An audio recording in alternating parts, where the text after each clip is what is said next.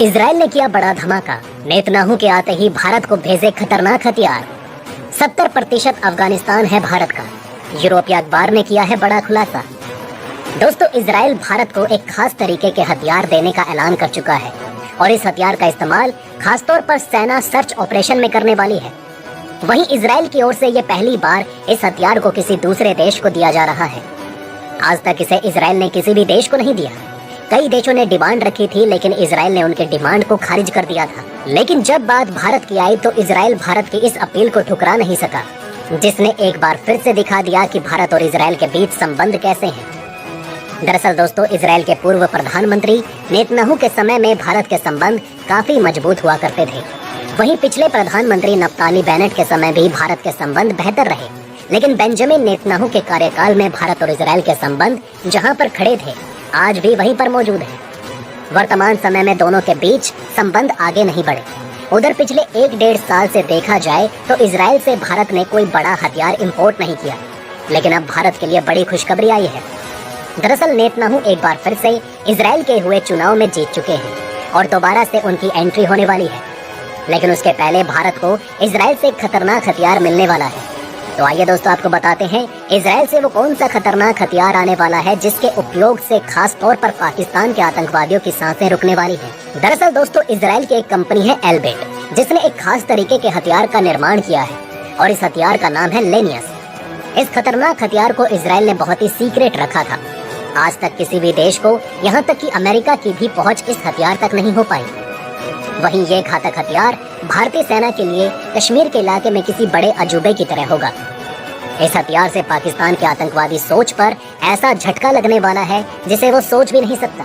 दरअसल पाकिस्तान को पता है कि भारत को कमजोर करना है तो आतंकवाद ही एक रास्ता है जिसके जरिए भारत को कमजोर किया जा सकता है। इसलिए हर रोज पाकिस्तान जम्मू कश्मीर में आतंकवादियों को एंटर कराने की कोशिश करता है, लेकिन ये भारत का जो नया हथियार है, इसकी नजरों से कोई भी आतंकवादी बच नहीं सकता। दरअसल दोस्तों, ये लेनियस हथियार बहुत ही चतुराई से काम करता है। जैसे ही कोई आतंकवादी कश्मीर की किसी भीड़ भाड़ वाले इलाके में एंट्री करता है तो इसकी जानकारी भारतीय सेना को मिलती है। तो भारतीय सेना के लिए उस वक्त जो सबसे बड़ी मुश्किल होती है वो ये कि कैसे उस भीड़ भाड़ वाले इलाके में आतंकवादी को टारगेट किया जाए। तो अब ये काम इजराइल का लेनियस आसान कर देगा। दरअसल दोस्तों, लेनियस आतंकवादियों को ट्रैक करते हुए बिल्कुल उनके पास पहुंचेगा। सबसे पहले लेनियस उस इलाके को ट्रैक करेगा और पता करेगा कि उस इलाके में कितनी भीड़ भाड़ है, और साथ ही उस इलाके में नजर आने वाले एक एक लोग की रेकी भी करेगा और उनके पास कोई हथियार तो नहीं है। अगर कोई हथियार है तो वो कितना खतरनाक है। उसके बाद वो उस आतंकवादी के बिल्कुल नजदीक पहुंचेगा और उस आतंकवादी को स्कैन करेगा। जब ये सुनिश्चित हो जाएगा कि वो इंसान आतंकवादी ही है और ये सब कुछ दूर बैठा भारतीय जवान भी देख रहा होगा, उसके बाद लेनियस को भारतीय जवान कमांड देगा। कमांड मिलते ही लेनियस पूरे तरीके से सुसाइड बॉम्बर की तरह काम करना शुरू कर देगा। ये आतंकवादी के बिल्कुल नजदीक जाकर जोर से धमाका करेगा। वहीं इसके अलावा ये हथियार ये भी जानकारी सेना को देगा कि जो आतंकवादी किसी बिल्डिंग में घुसा हुआ है उसके पास हथियार है कि नहीं। इसकी सटीक जानकारी होने के बाद भारतीय जवान आतंकवादी को जिंदा भी पकड़ सकते हैं। वहीं इजराइल ने इस हथियार को छोटा और कॉम्पैक्ट बनाया है, जिसके चलते ये काफी किफायती भी है, क्योंकि किसी एक आतंकवादी को मारने के लिए बड़े किसी हाई बजट वाले सुसाइड बॉम्बर का इस्तेमाल नहीं किया जा सकता। वहीं अभी तक आतंकवादियों को मारने में जो भारतीय जवान शहीद हो जाते थे, अब ऐसा बहुत कम होने वाला है। लेनियस की इसी खूबी के चलते भारत इस हथियार को लेकर काफी दिलचस्पी दिखा रहा है और आने वाले कुछ ही महीनों में इस हथियार की फाइनल डील भी हो सकती है। इसी बीच दोस्तों, पीओके का मुद्दा फिर से ट्रेंड कर रहा है। रक्षा विशेषज्ञों का मानना है कि पीओके को हासिल करना भारत के लिए बाएं हाथ का खेल है, यानी कि बड़ी आसानी से पीओके को भारत हासिल कर सकता है। वहीं इसी बीच अफगानिस्तान के रास्ते पाकिस्तानी सेना पर ताबड़तोड़ गोलीबारी होनी शुरू हो चुकी है।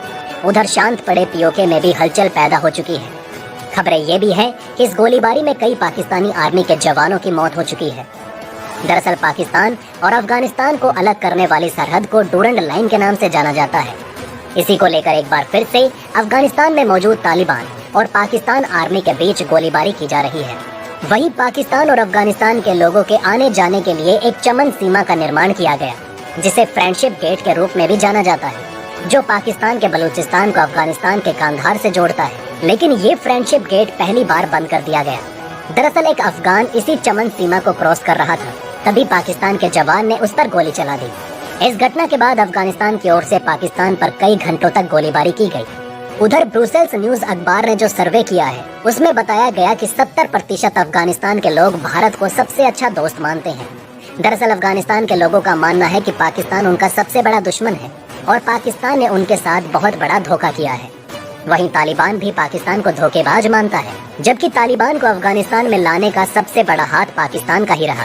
दरअसल अफगानिस्तान का पूरा मामला भारत से भी जुड़ा है।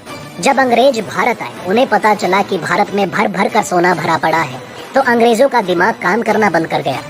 कोई और भारत के अंदर एंटर ना कर जाए, इसलिए भारत को चारों तरफ से घेरना शुरू कर दिया। इसी में अफगानिस्तान भी जुड़ा था। अफगानिस्तान के रास्ते भारत में प्रवेश किया जा सकता था, इसलिए अफगानिस्तान में भी अंग्रेजों ने कब्जा कर लिया। वहीं जब सोवियत संघ अफगानिस्तान पर कब्जा कर रहा था, तो उस वक्त भारत में भी अंग्रेजों के खिलाफ कई बड़े विद्रोह हो चुके थे। अंग्रेजों को लग रहा था कि अगर सोवियत संघ ने भारत के विद्रोहियों का समर्थन कर दिया तो रातों रात अंग्रेजों को भारत छोड़कर भागना होगा। इसलिए अंग्रेजों ने अफगानिस्तान में अपनी एक कठपुतली सरकार बनाई और उसी बीच अफगानिस्तान सरकार और अंग्रेजों के द्वारा एक लाइन खींची गई, जिसे डूरंड लाइन का नाम दिया गया। असल तौर पर डूरंड लाइन भारत और अफगानिस्तान को बांट रही थी। उस वक्त पाकिस्तान का कोई वजूद नहीं था। जब डूरंड लाइन खींची गई तो इस इलाके में रहने वाले कबाली भी आपस में बट गए। कुछ अफगानिस्तान में रह गए और कुछ अफगानिस्तान से बाहर हो गए। वहीं जब पाकिस्तान भारत से अलग हुआ तो अफगानिस्तान वाला इलाका पाकिस्तान के कब्जे में चला गया। इसी वजह से अफगानिस्तान डूरंड लाइन को मानने से इनकार कर देता है। उधर पाकिस्तान इस डूरंड लाइन को पाकिस्तान और अफगानिस्तान के बीच की सीमा रेखा मानता है। इसी को लेकर अफगानिस्तान और पाकिस्तान के बीच गोलीबारी की जा रही है। उधर दूसरी तरफ भारतीय सेना भी पूरे तरीके से 75 साल के हिसाब किताब को पूरा करने के लिए तैयार बैठी है।